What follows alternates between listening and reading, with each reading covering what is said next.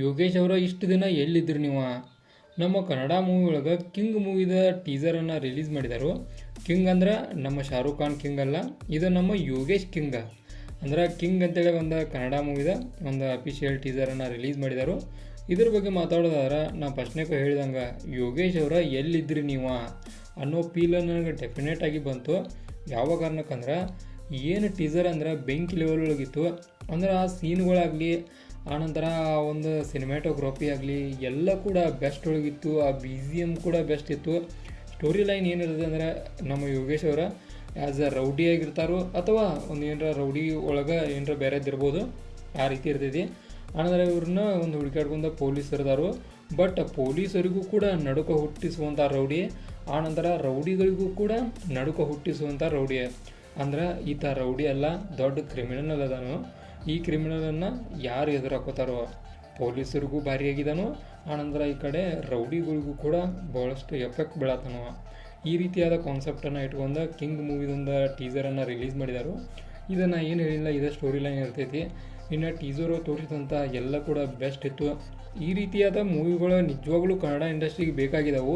ಅಂದ್ರೆ ನಾವೆಲ್ಲ ನೋಡತ್ತವು ಬರೀ ಲವ್ ರಿಲೇಟೆಡ್, ಆನಂದ ಅದಕ್ಕೆ ಸಿನಿಮಾಕ್ಕೂ ಆ ಒಂದು ಸ್ಟೋರಿಗೂ ಒಂಥರ ಏನೂ ಇರೋದೇ ಇಲ್ಲ, ಸಂಬಂಧನೇ ಇರೋದಿಲ್ಲ.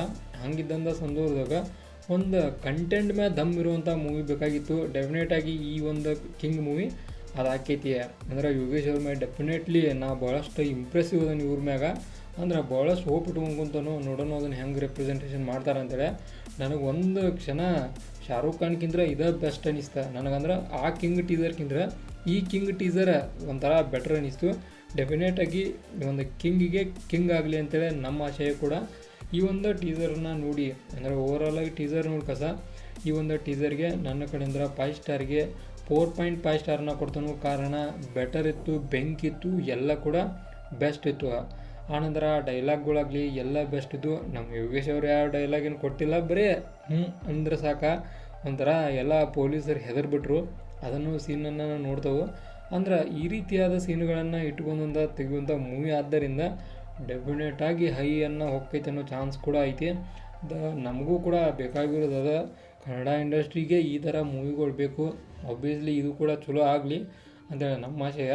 ನಾನು ನೋಡಿರೋಕ್ಕಿಲ್ಲ, ಒಂದು ಯೂಟ್ಯೂಬ್ ಸ್ಕ್ರೋಲ್ ಮಾಡ್ಕೊಂತ ಕುಂತಾಗ ಬಂತು, ಇದೇನು ಒಂದು 97,000 ಹೊಡೈತ್ಲ, ಇದು ಯಾವುದಂತೇಳಿ ನನಗೆ ಇಂಟ್ರೆಸ್ಟ್ ಬಂತು. ಇದನ್ನು ಮ್ಯಾಗಿನ ಒಂದು ಅದು ಸ್ವಲ್ಪ ಮಟ್ಟಿಗೆ ಏನು ತಂಬನೇಲಿ ಇಲ್ಲ, ಅದನ್ನು ಸ್ವಲ್ಪ ಮಟ್ಟಿಗೆ ಚೇಂಜ್ ಮಾಡಬೇಕಿತ್ತು.